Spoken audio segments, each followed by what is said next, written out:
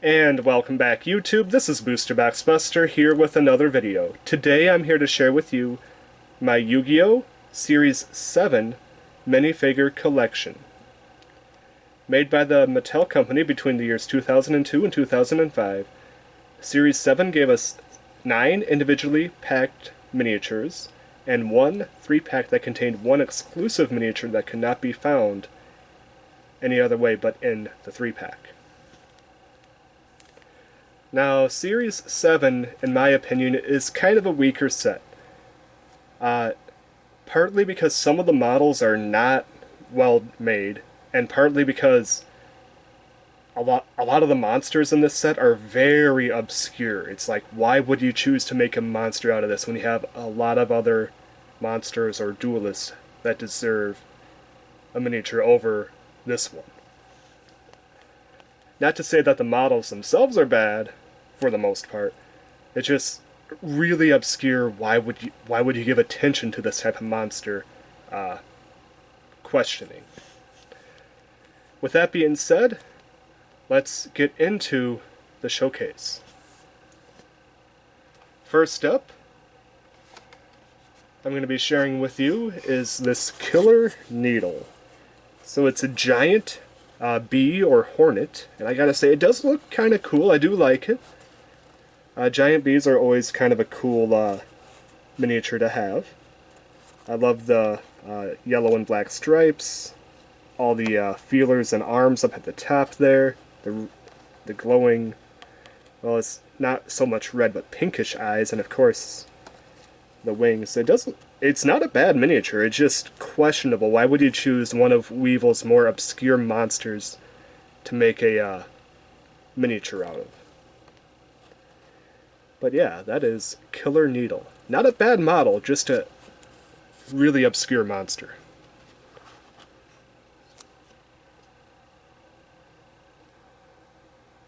Up next, some of you may remember this from a model kit I did. We have the Metal Guardian. This was used by Panic in the anime, and I will say this. While the monster itself is really obscure, and I think it only ever had 1 or 2 actual card releases in the entirety of the United States trading card game, I do really like its design. I love the tripod look. You know, it has wheels up front and back. It almost looks like some sort of really cool motorcycle or tripod cycle, you know, that would kind of come together, you know, to form like a really cool motorcycle, and then kind of split apart if you need a bit more traction. I think that this can almost be like a transformer in a way. I really like its design. Metal Guardian, used by Panic. If you want a really colorful miniature, of course you're not going to use this. And I'm 99.9% sure the wheels are stationary. I doubt they would ever give this actual rolling wheels. But this is a monster I do like the design on, even though in the anime itself it had very little airtime. It's not an iconic monster whatsoever. This is an obscure monster I do like the design of.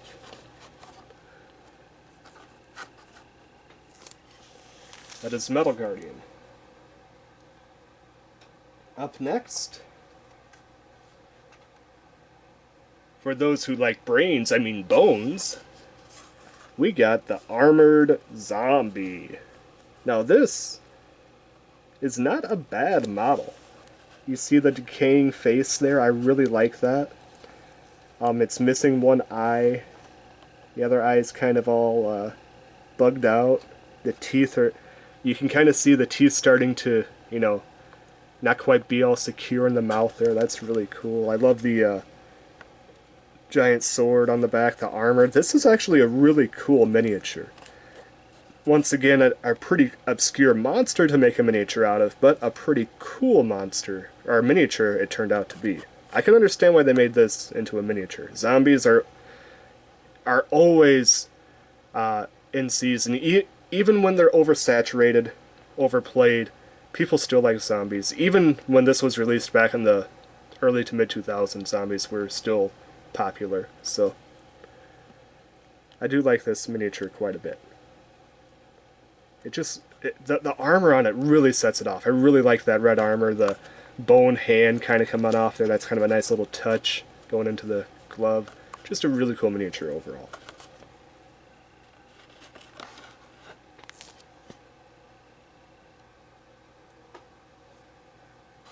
And then, up next, you don't stand a ghost of a chance against this card. From the Duelist Kaiba episode, we have Grappler. Unfortunately, mine is a bit on the damaged side, as you can tell. Yeah, it has some damage to it. Unfortunately, the seller didn't quite list that it had all this damage to it. But I was happy to have one nonetheless, because at the time I could not find one. This guy was really, really hard to find. Of course, now there's a fair amount, not a fair, there's probably, as of the filming of this video, a couple listed on eBay. But yeah, unfortunately at the time this was the only listing they had, and I really, really wanted it for my collection. I will say this, his head's kind of poking out there. Not a huge fan, I'm not gonna lie, not the biggest fan of this guy's design. Just a very simplistic design with a overarching head and the tail body there. Not my favorite. I think Aruzi's, if you want a lizard person, but green is a much better job overall. That is Grappler.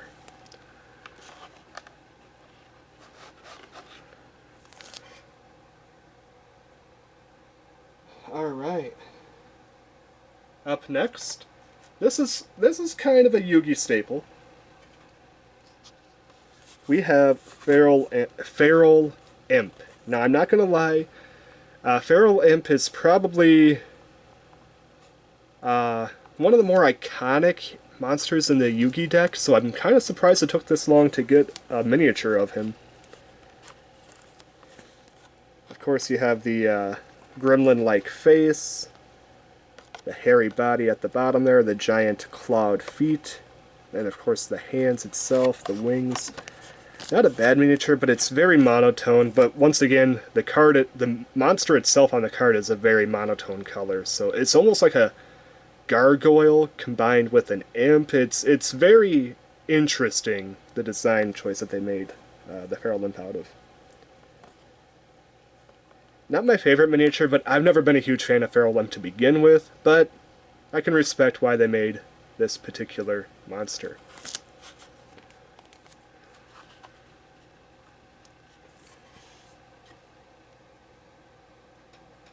And now one of the more... This miniature itself is actually pretty well made, but the card itself is probably one of the more useless cards in the entire history of Yu-Gi-Oh! And that is the Dark Sage. I gotta say, this would be a fantastic miniature to use for Dungeons & Dragons. You got the mage staff, you got the whole garb, you know, he's in the mage robes. You got the really old wizard face. I mean, this would be a perfect miniature for Dungeons & Dragons.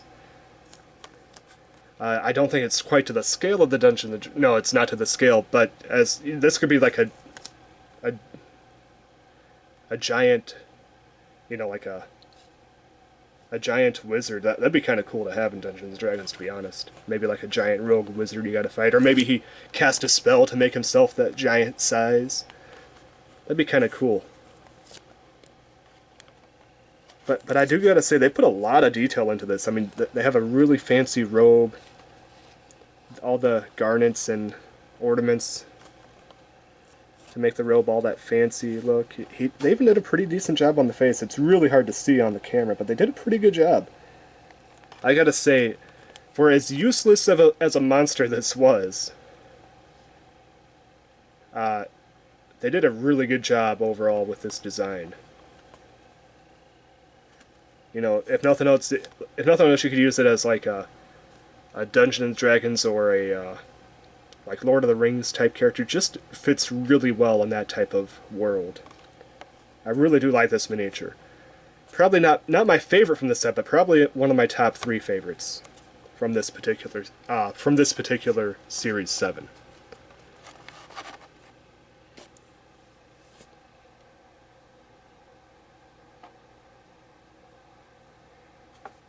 Alright. We're getting back to Panic.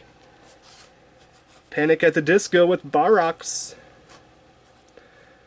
This monster is ugly, but could once again work really well in the Dungeons & Dragons universe. It's super hairy, it has wings on the back.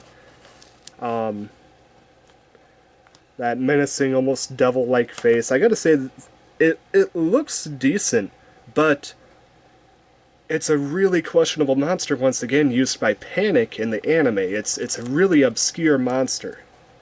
Only ever released once in the actual English trading card game.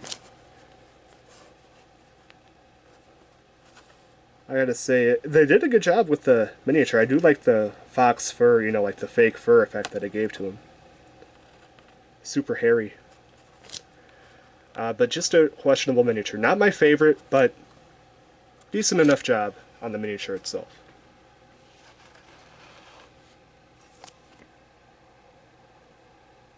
Up next, you don't stand a ghost of a chance. Wait, are you set line? You don't stand. No, I can't think of anything. From Duelist Kaiba, we have the Mystic Horseman. Now, this one I do not like. This to me seems like a really poor job for a miniature. Almost a non-existing face. That giant axe? Yeah, giant axe looks really phoned in, and that whiteness on it, it should be silver, not white. And I gotta say, the horse job just looks basic. This is probably one of the worst miniatures out of this set, if not the worst one by far. It's just not a good miniature.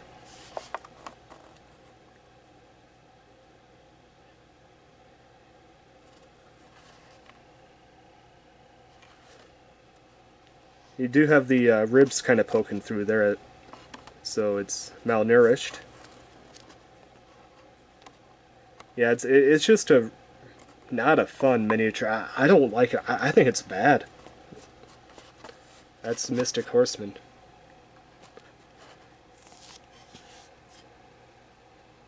And the last individually packed miniature from this set, and I think it's the best one, we have Battle City Kaiba. I love this miniature. One of the best Duelist miniatures I think they ever made in the entire set is right here. In the entire series of them, like from Series 1 to 15, I think this is one of the best, if not the best, Duelist miniature they've ever made. Of course, you got Kaiba. Pretty good job with the face. He's wearing that card-shaped locket around his neck. Of course, he has the giant shoulder pads, the dual disc, his iconic dual disc, his iconic white cloak. This is class. I mean, when you think of Kaiba, this is usually what you think of when you see Kaiba. This, in my opinion, is one of the best Duelist miniatures they've ever made. I absolutely love this. Unfortunately, spoiler for those who are interested in continuing this series, this is the very last new Duelist miniature that they ever gave us. They never gave us a non-reprint one after this particular series, which is sad because that means we never got a Bakura. We never got a Bakura miniature, and that really upsets me. They could have easily made a Bakura miniature. They never made a Yami Merrick. They never made a Yami Bakura. They never made a Mokuba, a Tei, Bandit Keith, Weevil. They had a huge amount of Duelist. They could have made miniatures. They could have made an entire set just based on Duelist that they haven't made yet. But of course, they decided to go for some obscure monsters like Mystic Horseman and Killer Needle, instead of giving us a Bakura or a Mokuba. You know, the list goes on and on. They could have gave us a huge amount of miniatures based on Duelist, but they decided not to. But I will say this, at least they went out with a bang, because this is by far my favorite Duelist miniature that they've released. So I will give them props for at least making the last one a really good one. And that is Kaiba. Battle City Guard. So that is the complete set of individual miniatures, all 9 of them. Now I will share with you the 3-pack.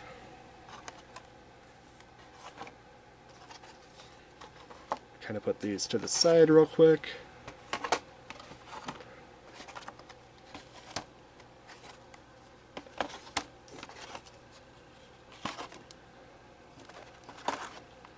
Alright, so the 3-pack is the Bonz 3-pack. Unfortunately, mine is kind of yellowed and kind of dusty.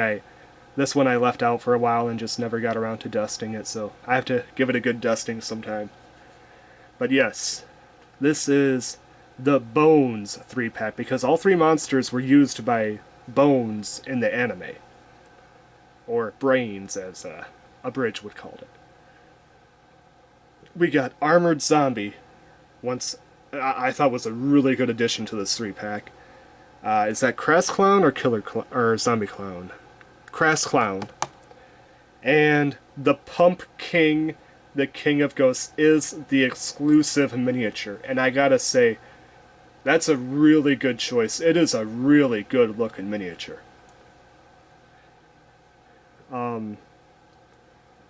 I think they did a really good job with the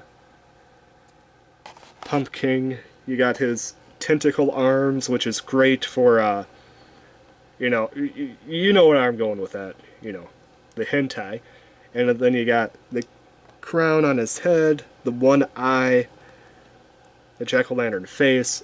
That's just a really good miniature, in my opinion. One of the best ones from Series 7. Armored Zombie, in my opinion, once again, a great choice, and Crass Clown, a really good choice as well. So, that is the complete Series 7. I showed you everything from Series 7. Unless I am unaware of a hidden miniature in this set, I have a complete Series 7 set. So, with that being said, now part of the video. My favorite miniature from this set, I told you once, I'll tell you again, it's Kaiba. That is a no contest. That is Iconic Kaiba, the best, not one of the best, but the best Duelist miniature, in my opinion, that they've ever made. So cool. So sad that they didn't make a Bakura. I would have loved a Bakura, but really happy we got this Battle City Kaiba nonetheless.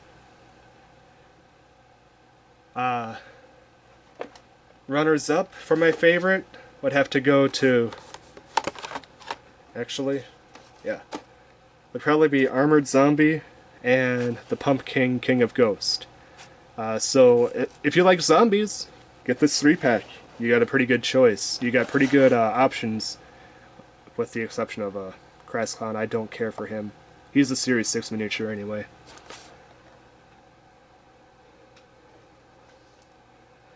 Now, as far as value goes, future value, Series 7 is probably one of the cheapest, most readily available sets out there. You can get almost every miniature from this set right as of the filming of this video. Most of the miniatures from this set are available for purchase on eBay through various sellers.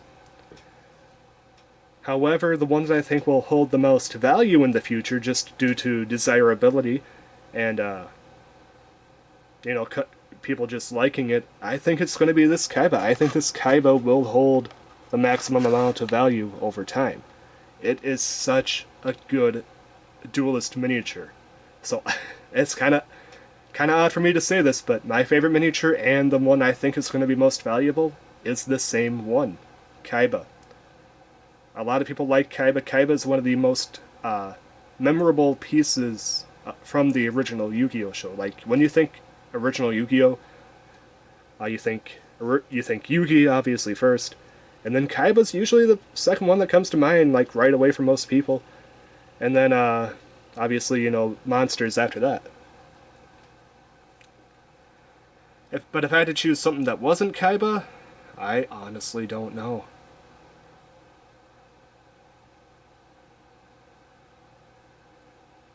I would say Armored Zombie if he wasn't part of the 3-pack, but Armored Zombie is part of the 3-pack.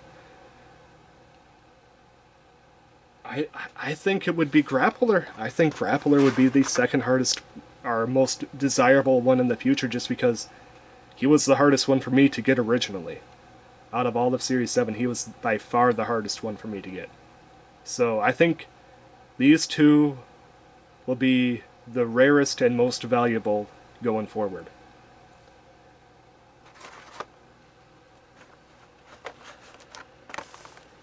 Alright, so with that being said,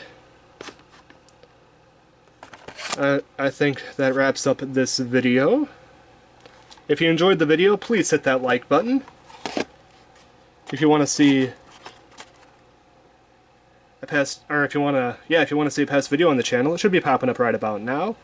Hit that subscribe button if you want to help out the channel. Every subscriber helps, and I thank each and every one of you. And yeah, until next video, which will be Series 8, I will see you next time. Peace.